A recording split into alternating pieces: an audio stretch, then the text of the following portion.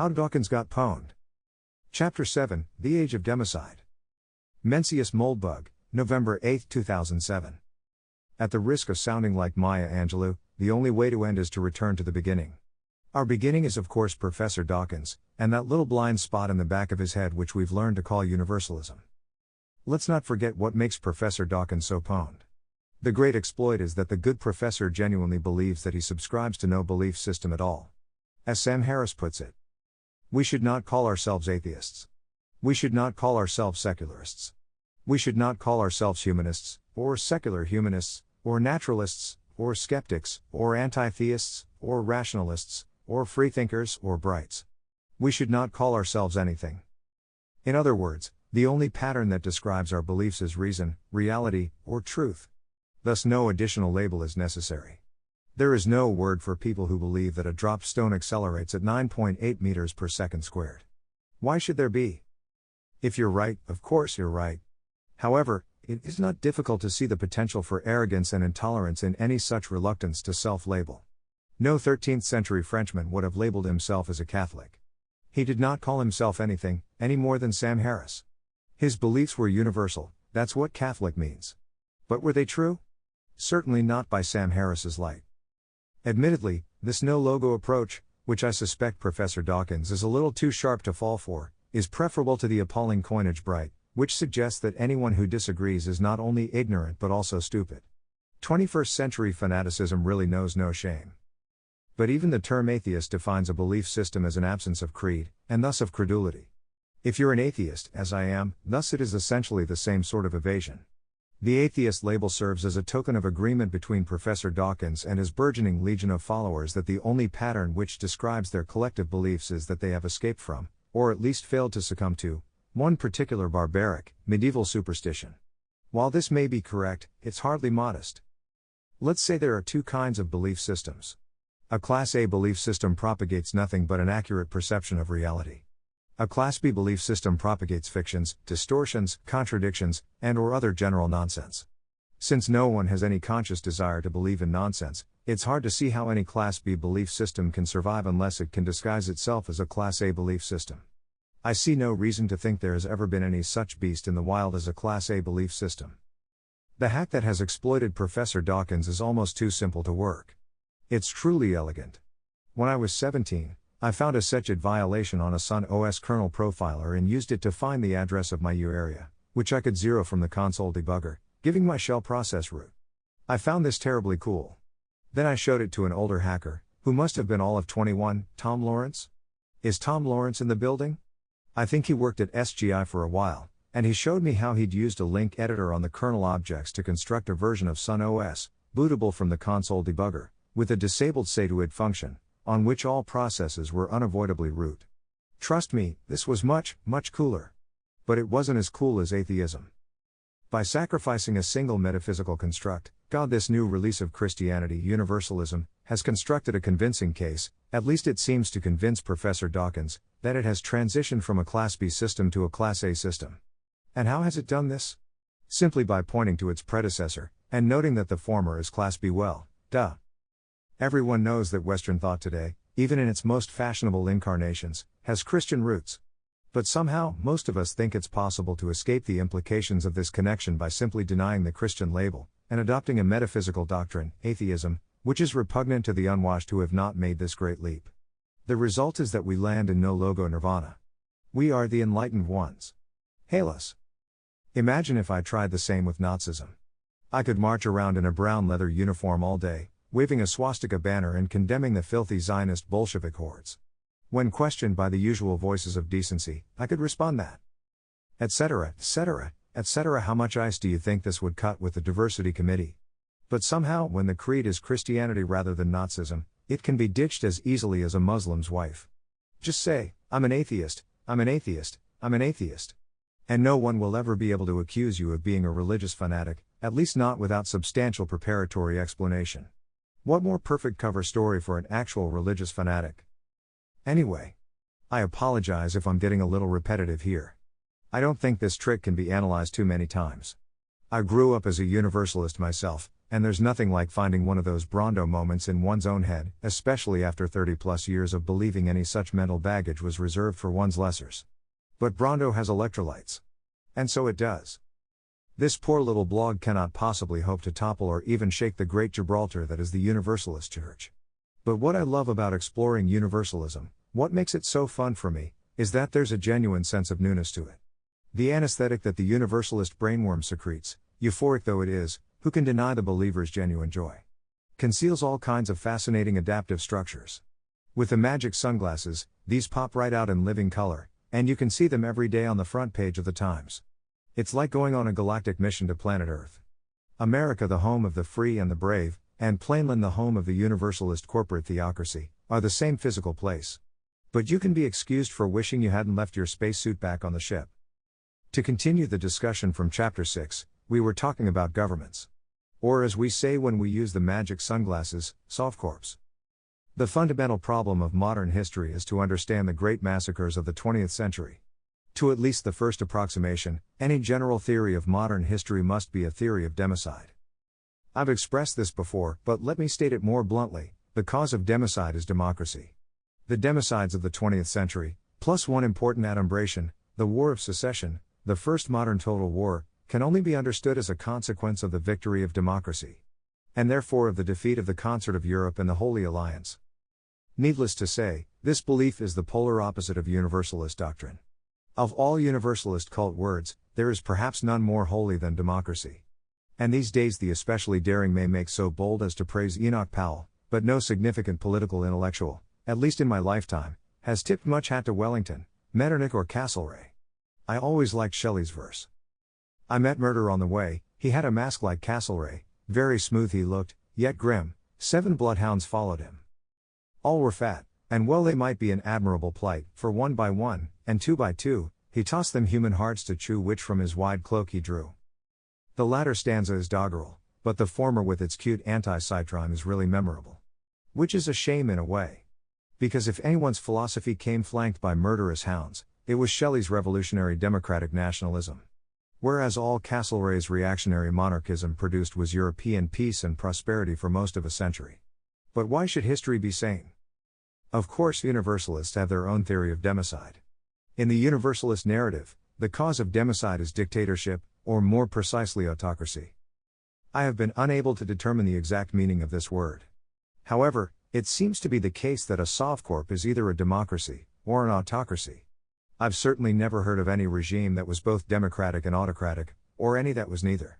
So presumably they are antonyms. However, a common synonym for the former is self-government.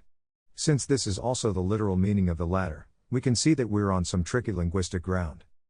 So we have 2 theories of democide to compare, the reservationist theory, mine, and the universalist theory, everyone else's. If popularity is your ruler, the answer is obvious. But in that case, surely there are other blogs you could be reading. In questions of this appalling magnitude, I find the best way to overcome bias one is often to find perspectives which seem to make each answer obvious. Once we recognize that both A and B are obviously true, and A is inconsistent with B, we are in the right mindset for actual thought.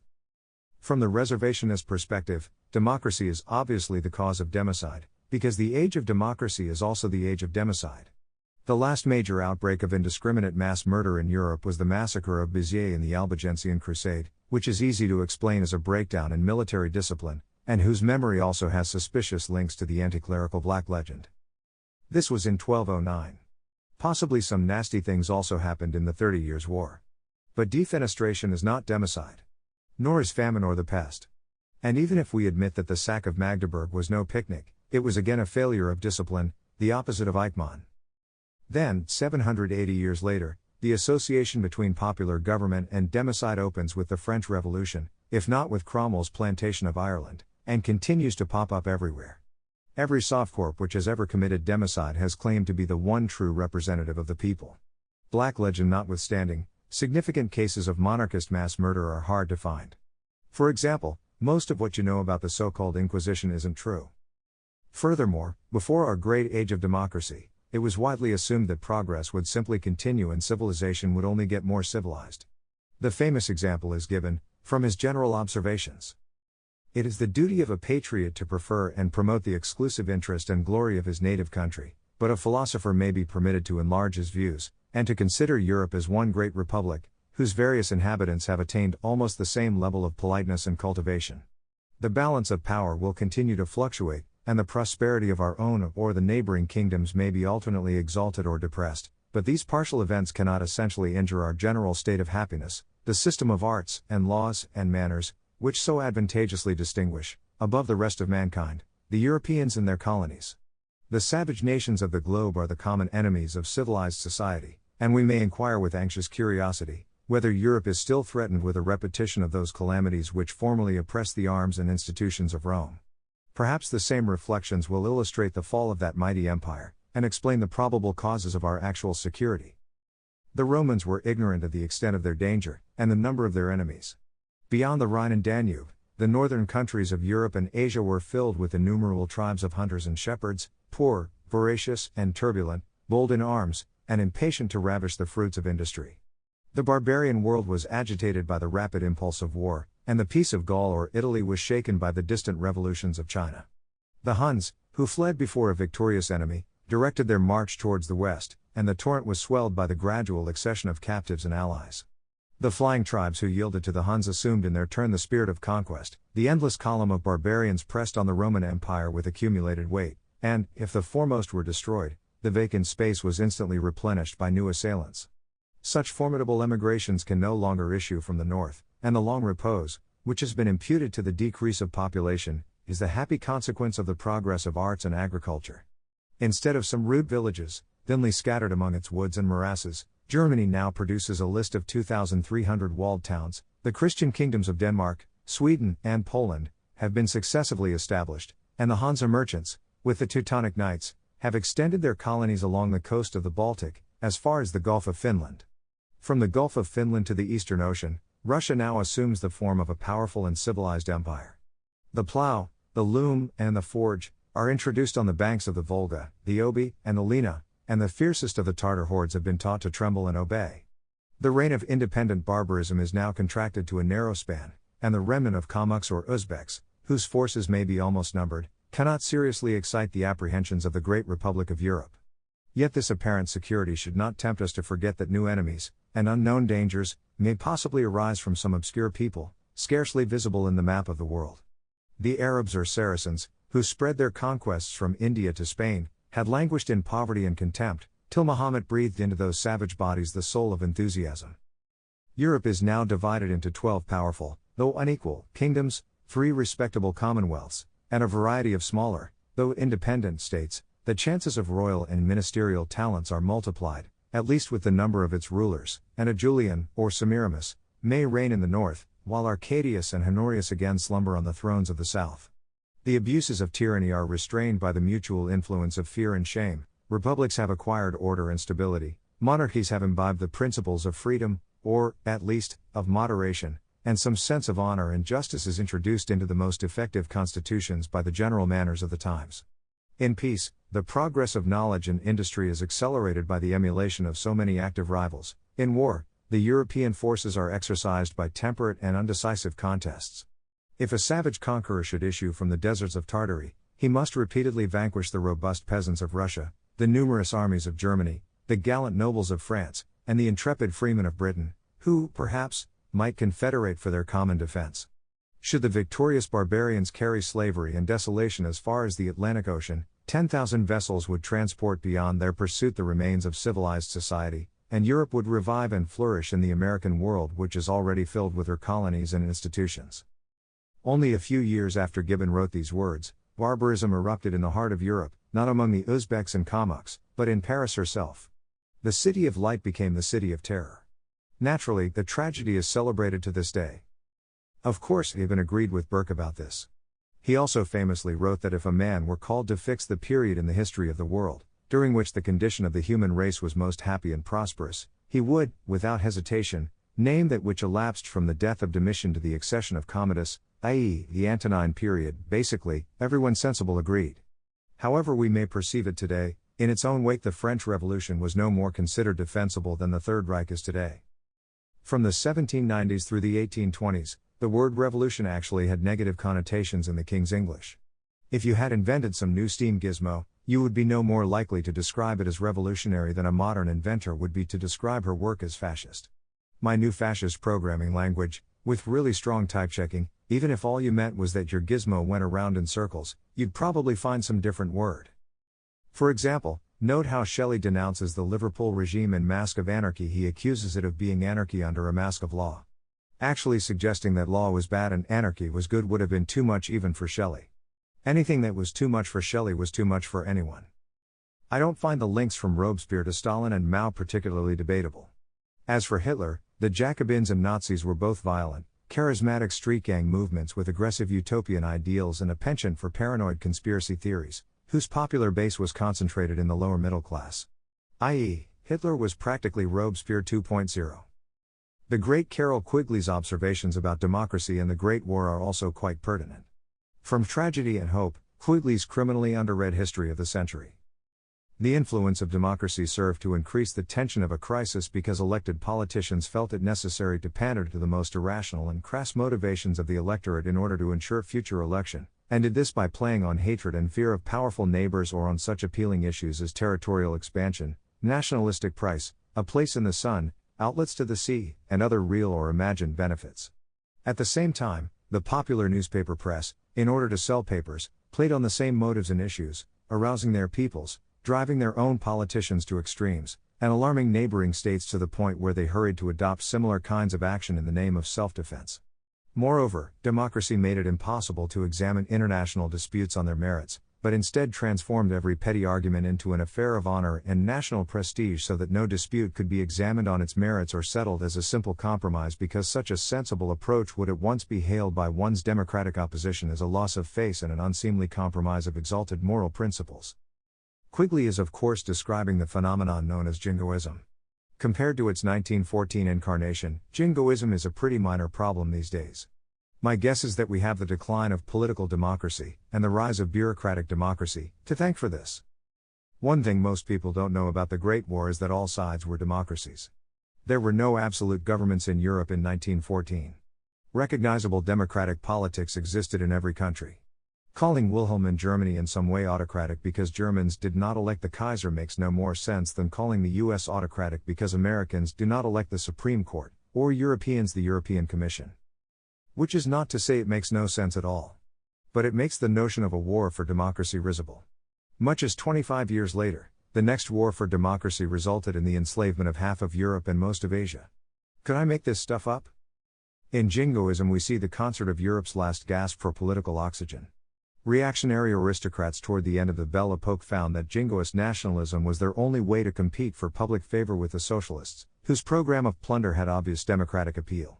The three classical traditions of continental reaction, legitimism, Orleanism, and Bonapartism wound up congealing into a single shrunken and unattractive mass, in the shape of the anti-Dreyfusards, which combined the worst features of Bonapartism and Orleanism. It's hardly surprising that the defenders of Esterhazy have drifted out of historical respectability. If we are looking for an objective definition of democracy rather than a moralistic one, there's no way we can stick with the Western distinction between representative democracy and the more malignant 20th century forms, people's democracy and folkish democracy. The idea of representation is implicit in the symbolic doxology of all these regimes, even to some extent in divine right, as opposed to proprietarian monarchy, which is perhaps best seen as a sort of proto-democracy. Symbolically, the democratic state represents the general will, the aspirations and needs of the entire community. The link between state and people is axiomatic in all democracies. Like sausage making, the rituals by which this submission is established and renewed rarely reward excessive inspection. Hitler loved his plebiscites, the Americans demand a two-party circus, the Europeans have parliaments and proportional representation, the Soviets got along fine with just one party, the East Germans had various toy oppositions, etc., etc., etc. Frankly, if there is a major categorical distinction here, I just ain't seeing it. The distinction between political and apolitical democracy does not strike me as terribly significant. In fact, the latter is probably preferable. Certainly all modern democracies have delegated most important tasks to apolitical bureaucrats. As James Burnham pointed out 65 years ago, the administrative relevance of elected officials in the Western democracies is steadily decreasing. The insane orgiastic elections of the American 19th century are gone. The difference between liberal democracy and totalitarian democracy is much more relevant. But it is a matter of the state's actions, not its management structure. I certainly favor liberal if not libertarian government, and I despise the tyrannical megastate. But I see no reason at all why the electoral structure of a democratic state should have much bearing on whether it is liberal or tyrannical. The EU, for example, has little more in the way of electoral politics than the Soviet Union, but it is a much nicer place to live. I suspect the main difference is just that the former is in Western Europe and the latter was brought to us by Russia, a great and beautiful country, but never one noted for its appreciation of personal independence. From a practical political perspective, the problem faced by all democracies is the same. The regime's survival is dependent on its popularity. Its military is only a backup, and probably will not be willing to resist any serious popular protest. Therefore, to establish any stability, the democratic state must manage public opinion. This is also known as manufacturing consent, and it typically involves a substantial system of official or quasi-official education and/or journalism. So a good way to see which faction holds real power in a democratic state is to look at which can get its people into influential roles in education and/or journalism. For example, if anyone reading this still retains any doubt in the matter, this algorithm shows us that the Republicans are the real party of power in the US, and the Democrats are a toy or decoy opposition.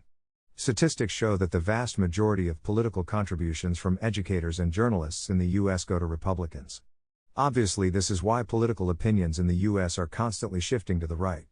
An immoral young political entrepreneur will lead this shifting moral zeitgeist, and adjust his positions to be mainstream at such time as he expects to contend for office. This may be why so many young American intellectuals support torturing terrorists who refuse to accept Jesus as their personal savior. Once we understand jingoism as a symptom of democracy, and once we realize that the structure or even existence of a democratic political system is not terribly important, the inference from democracy democide starts to approach the obvious level.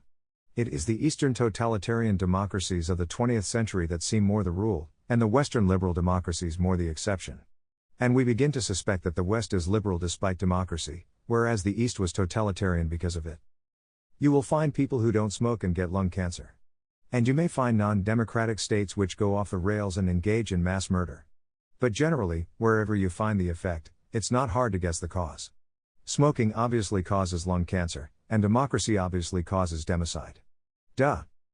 But then we look at the universalist theory of democide, and we see an equally obvious answer, which strikes us as much simpler. It certainly demands no long essay to explain. We all know this theory. It tells us that democide is the result of evil dictatorships. When we look at the age of democide, discounting occasional moments of military exuberance, such as the strategic bombing of Japan and Germany, what we see is very clear. We see that mass murder is practiced by dictators, such as Hitler, Stalin, Mao, Saddam, Pol Pot, etc., etc., etc. Meanwhile, under representative democracy, we see peace and prosperity. Ergo, democracy is the cure for democide, and absence of democracy is the cause. Duh. Of course, my reservationist opinion is that this argument seems simple and obvious only because we know it so well. But Brando has electrolytes, but at least we have the contradiction, and it puts us in the right mood for actual analytic thought. Our goal in this last part of the Dawkins essay is to understand universalism, and to see it adaptively to explain why it has outcompeted all the other crazy things people could believe, but don't.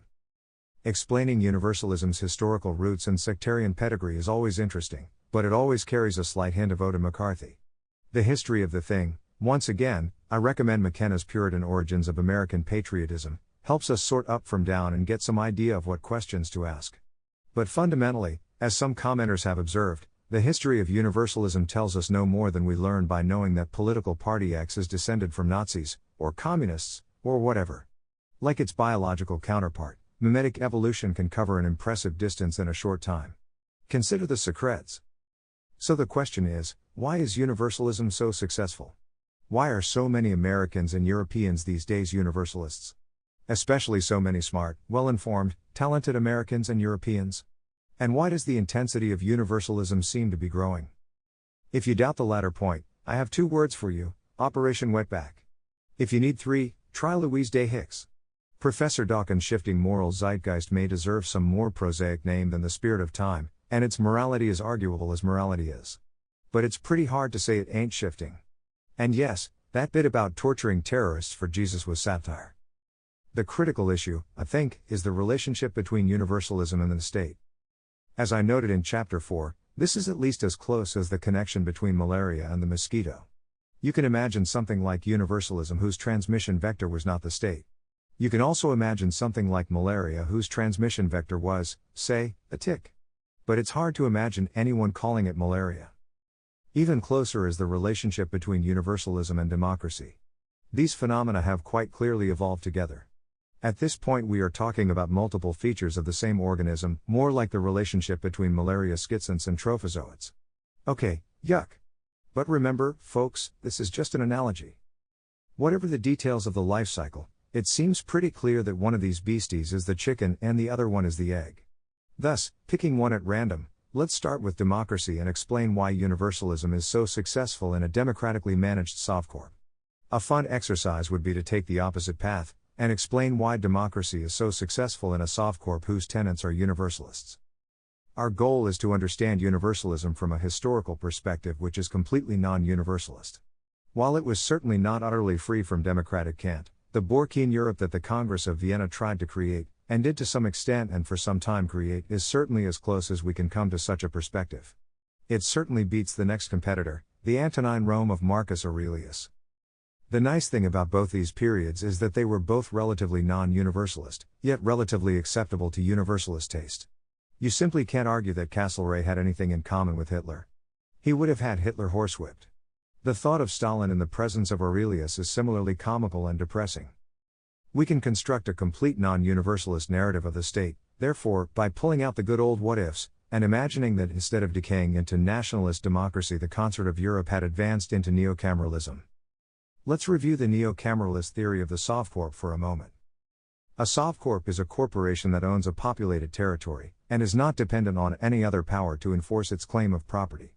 A planet whose surface area is divided among multiple softcorps is a stable property system if and only if no softcorp can profit by attacking another. This can be assured by a variety of means: military deterrence or compellence, collective security, etc., etc. Tall fences make good neighbors, but a nuke or two doesn't hurt neither. Rationally managed softcorps are especially good at deterrence, because the game theory is much simpler if you assume rational actors. The basic difference between neocameralism and anarcho-capitalism is that I don't think this sort of self-enforcing property model scales militarily, at least not anywhere near to the level where individuals are sovereign. I mean, someone is crazy here, and I don't think it's me. But then I wouldn't, would I?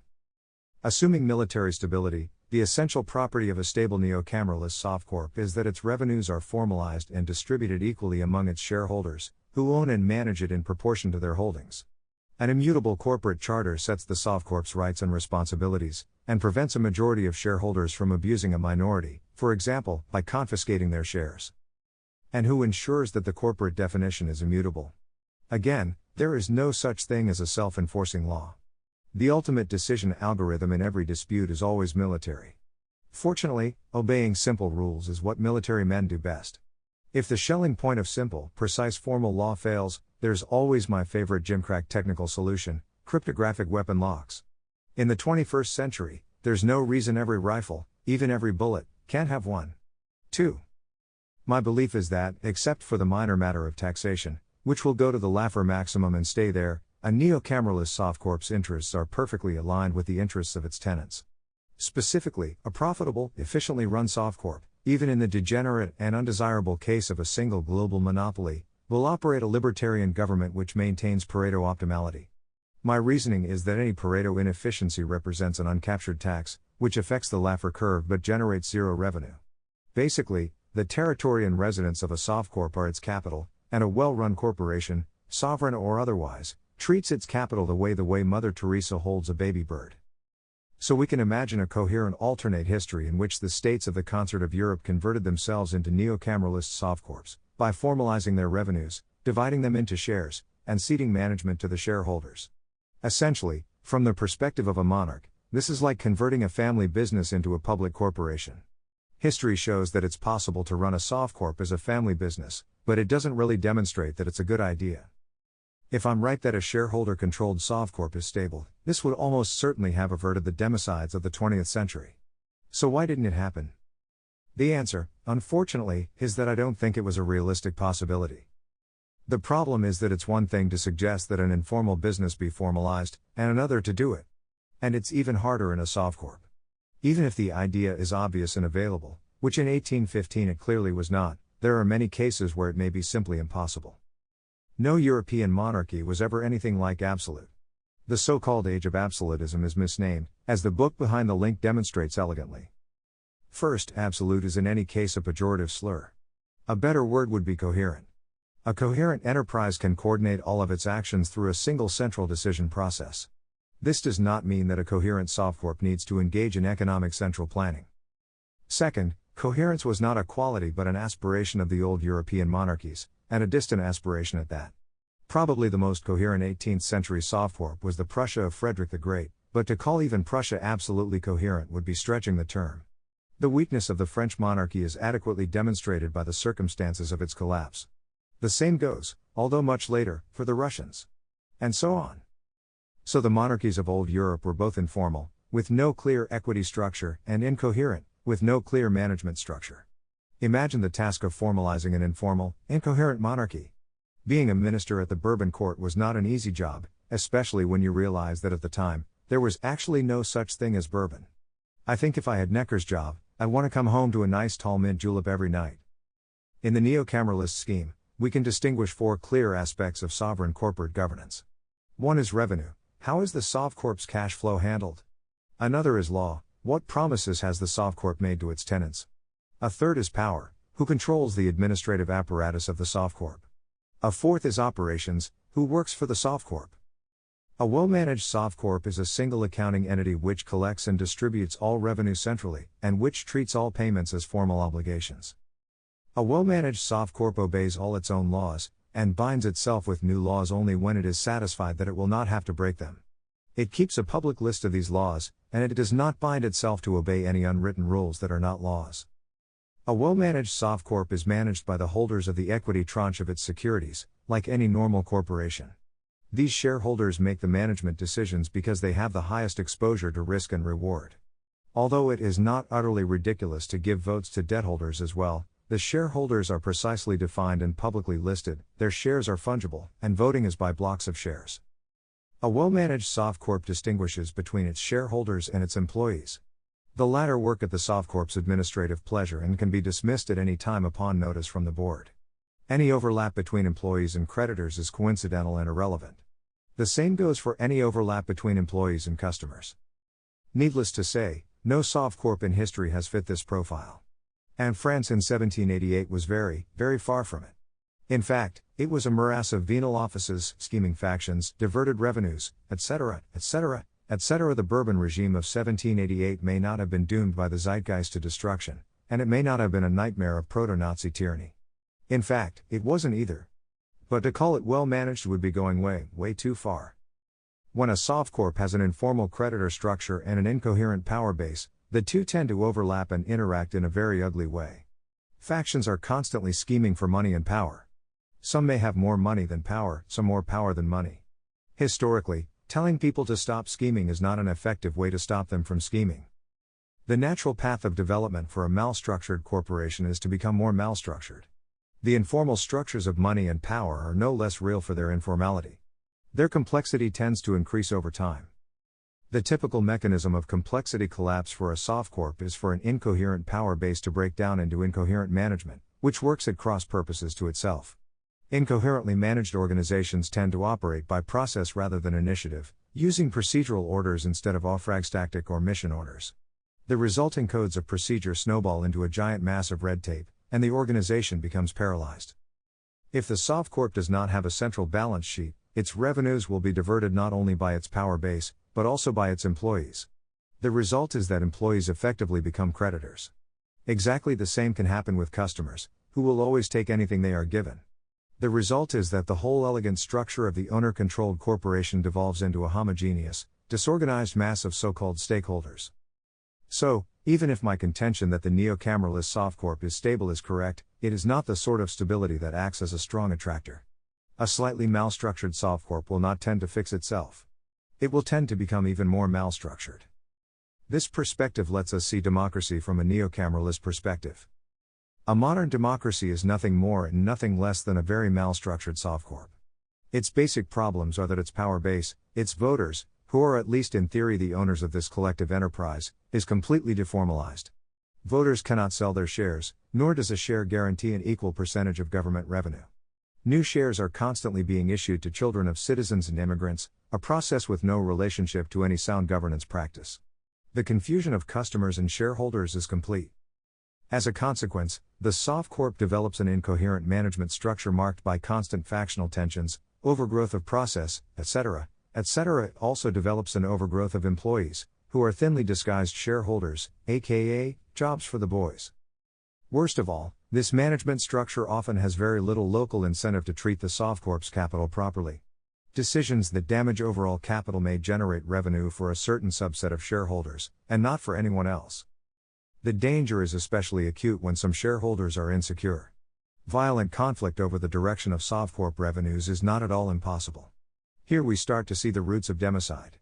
When management is incoherent, sovereignty itself becomes nebulous.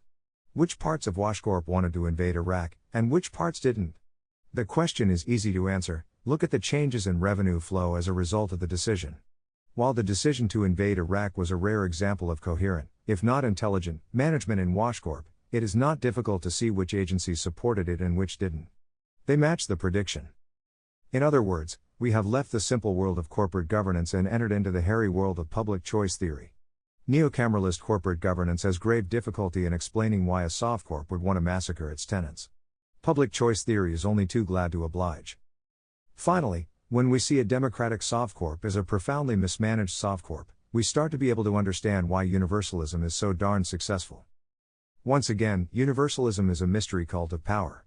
And when we look at universalism's mysteries, equality, social justice, peace, and so on, we see something I find very interesting. We note that all of these mysteries serve as excellent excuses for why an individual should a. break the law, b. revise the law, c. revise the distribution of property, or d. organize with others to achieve a, b, or c. In a formalist society, there is one rule of social good behavior: obey the law. In a universalist society, there is an enormous panoply of political mysteries, all of which can be deployed in the service of power. Since gaining power is always advantageous to the individual who gains it, it is advantageous to just about anyone in a universalist society to be as universalist as possible. The result is that, as in decadent cultures throughout history, the principal occupation of talented and energetic young people is not productive effort. It is scheming for power. For example, consider all the ambitious young people working at various non-governmental organizations. I'm sure hardly any of them think of themselves as scheming for power. However, they are all so eager to work for NGOs that they have driven salaries down to the bare minimum required to purchase ramen noodles and happy hour cocktails. NGOs have the N in their acronym for one reason: because their general mission is to affect government policy, the beast being too paralyzed in process to make its own decisions. The term paragovernmental might be more appropriate. Essentially, these young people are all drones working for the state. They are certainly not producing goods or services. Why are they so interested in this so-called work? Perhaps it's because their country's productive industries have been paralyzed in red tape to the point of complete Dilbert Brezhnev office space syndrome.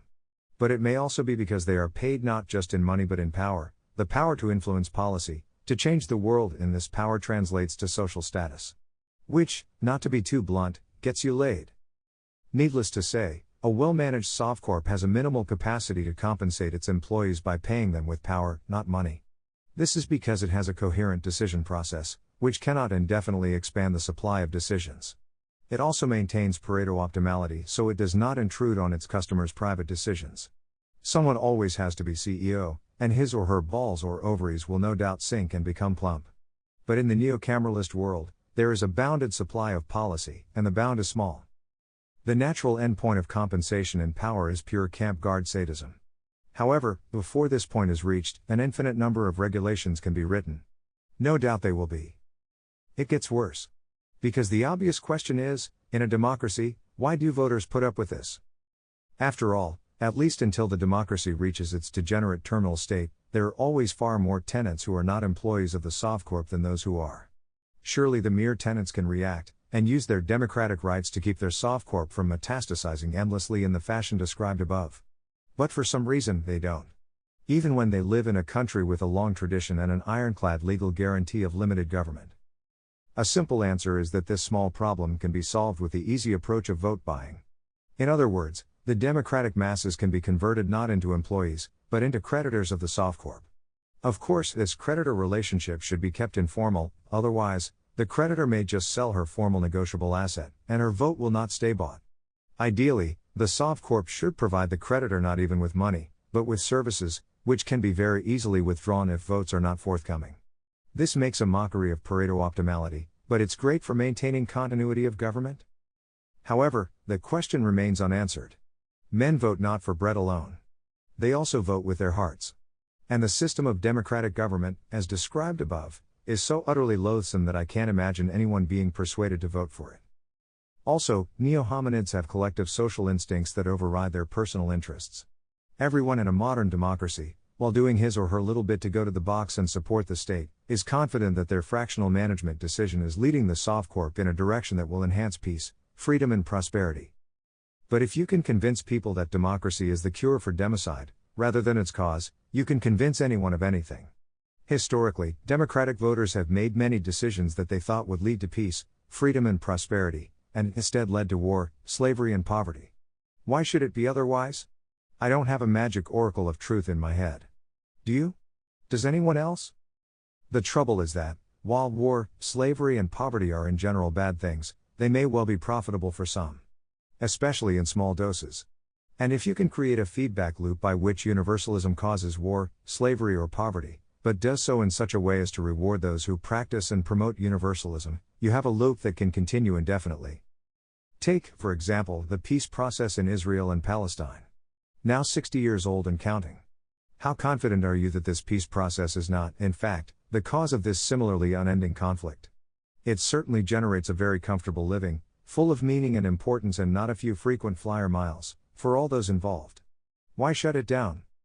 And this, in my opinion, is why we have universalism. We have universalism because it is adaptive in a democratic softcorp. Similarly, universalism, and its ancestors, create democracy, in much the same way that they create peace processes. The whole thing is an artifact of sovereign corporate governance gone horribly awry. In short, the adaptive function of universalism is to glorify and expand the modern democratic softcorp. Of course, it has no purpose in any moral or metaphysical sense. It just exists. Universalism is the latest, greatest incarnation of Bertrand de Jouvenel's Minotaur. It can also be seen as a perfectly distributed conspiracy, a la H.G. Wells, with no central structure at all. And finally, it provides a complete explanation of Robert Conquest's 3 laws of politics. In short, the thing is a menace. It's probably too late for Professor Dawkins. But perhaps it's not too late for the rest of us. Footnotes. 1. This is another sarcastic reference to the rationalist blog Overcoming Bias, many of whose posts later moved to Less Wrong, mentioned in a footnote in Chapter 2. 2. If, given the realities of firearms construction, this strains credulity, consider instead the possibility of cryptographically locked robot armies. 3. Or, perhaps more accurately, assume that it is controlled by a cabal of the enemies of the stated purpose of that bureaucracy.